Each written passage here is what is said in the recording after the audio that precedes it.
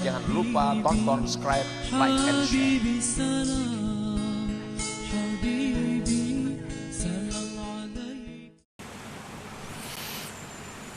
Yang artinya kadang-kadang Allah Subhanahu wa ta'ala membukakan bagi engkau pintu ketaatan dan tidak Dia bukakan bagi engkau pintu penerimaan.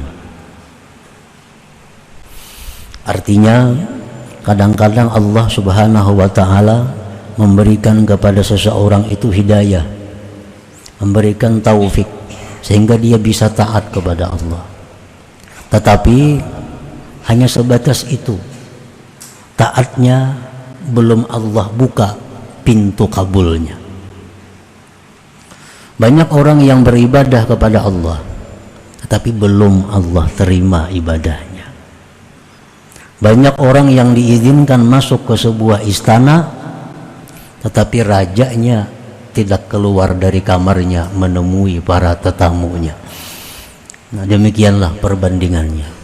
Orang yang sembahyang, membaca Quran, menuntut ilmu, itu laksana orang-orang yang diundang ke dalam sebuah istana kerajaan. Tetapi belum tentu rajanya bisa keluar kamar menemui mereka itu. Barangkali mereka hanya diizinkan sekedar masuk istana untuk melihat-lihat keindahan istana itu.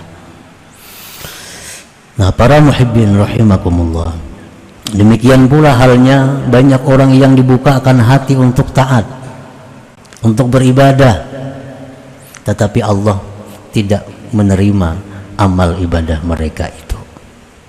Allah tidak membuka pintu kabul bagi ibadah mereka itu, sehingga ibadah mereka itu tidak berbuah apa-apa.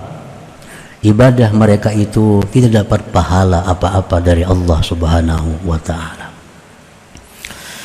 Nah, para muhibbin rahimakumullah, li'anna lil qabul syurutan zahirah wa batinah, karena untuk diterimanya sebuah taat itu ada syarat-syarat yang zahir dan syarat-syarat yang batin yang mesti dipenuhinya.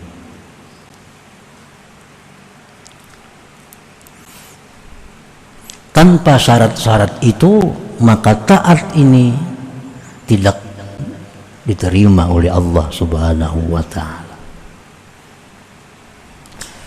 Nah, itulah sebabnya tidak semua taat bisa diterima oleh Allah. Tidak semua taat menghasilkan pahala. Tidak semua taat menghasilkan buah. Tidak semua taat menghasilkan surga.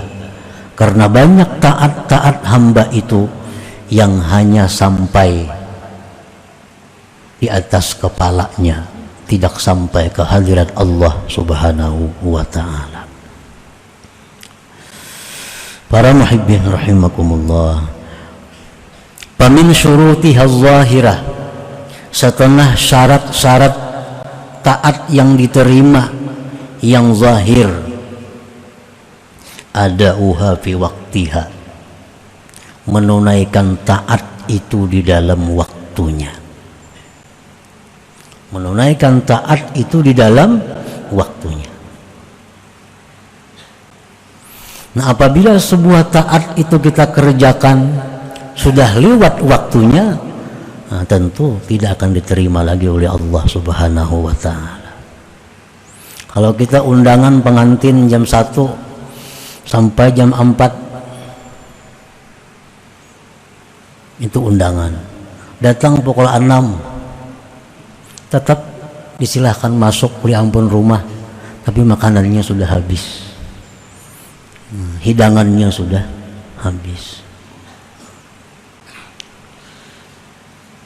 Qala Nabi sallallahu alaihi wasallam, thalathatun la yaqbalullah minhum salatahum, zakara minha wa rajulun atas salata dibara.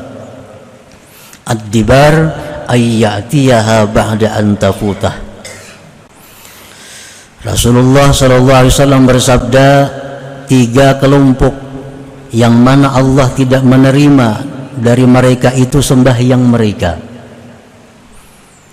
Rasulullah menyebutkan dari yang 3 itu ada seorang laki-laki yang melaksanakan salat sesudah habis waktunya. Sembahyang itu ada waktunya.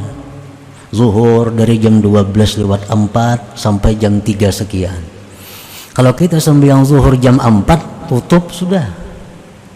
Itu ada zuhur lagi yang masuk asar. Jadi sembahyang kita zuhur itu walaupun kita menunaikan kewajiban kita lepas, tapi samarahnya, buahnya, pahalanya kada kita dapatkan lagi. Waktunya sudah habis. Nah, jadi taat itu mesti berada dalam waktunya. Nah, ini syaratnya yang zahir. Orang keasikan begawi, bekerja waktu zuhur asik sehingga liwat teka asar. Nah, sembahyang zuhur tetap wajib baginya, tetapi tidak akan dapat pahala karena Allah tidak menerima sembahyang seseorang yang dilaksanakan di luar waktunya.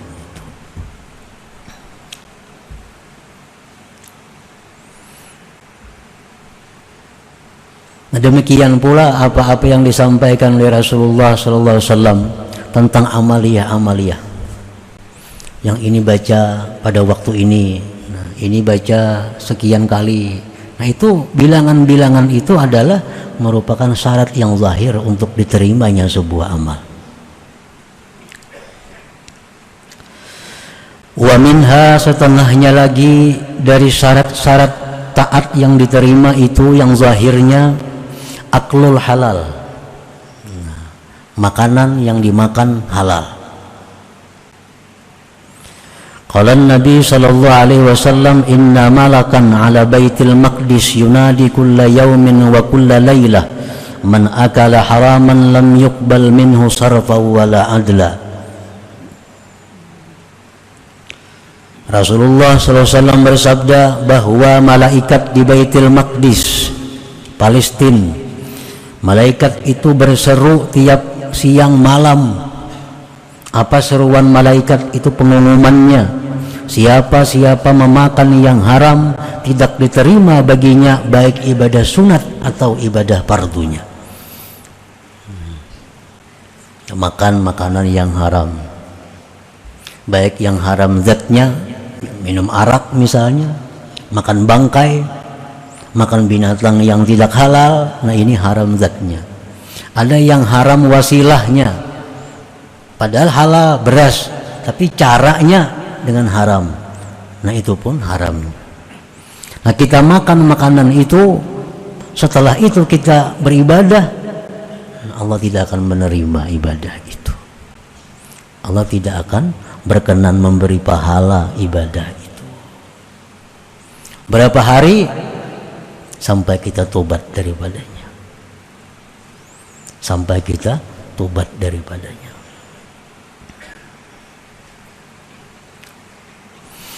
Walibasul halal, pakaian halal.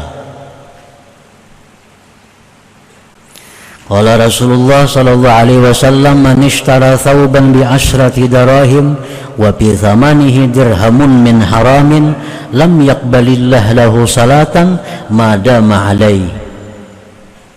Barang siapa yang membeli pakaian dengan 10 dirham dan pada harganya itu ada 1 dirham dari yang haram, Allah tidak menerima baginya sembahyang selama pakaian itu ada di atas tubuhnya. Rupiah yang kita bawa dalam sembahyang, yang kita bawa dalam berzikir, kita bawa dalam baca salawat, rupiah, baju, tapi, cincin, jam tangan, kacamata, nomor kacamata, apa yang kita pakai, nah di situ ada haramnya, maka apa yang kita perbuat itu pun Allah tidak akan berkenan memberikan pahala, memberikan ganjarannya. Nah, ini syarat-syarat yang zahirnya. Wa malul halal, harta yang halal, in kanatit ta'atu hajjan aw sadaqatan aw nahwahuma. Harta yang halal jika taat itu berupa haji, sedekah atau seumpamanya. Qala Nabi sallallahu alaihi wasallam, man hajja bimalin haramin faqala labbaik qala malak la labbaika wala sa'daik hajjuka mardudun alaik. Barang siapa yang naik haji ada hartanya yang haram, dia berkata dalam ihram labbaik Allahumma labbaik, dijawab dengan la labbaik, tidak ada labbaik, hajjuka mardud, haji engkau ditolak. Ini syarat yang zahir untuk diterima sebuah amal. Jangan lupa tonton, subscribe, like, and share.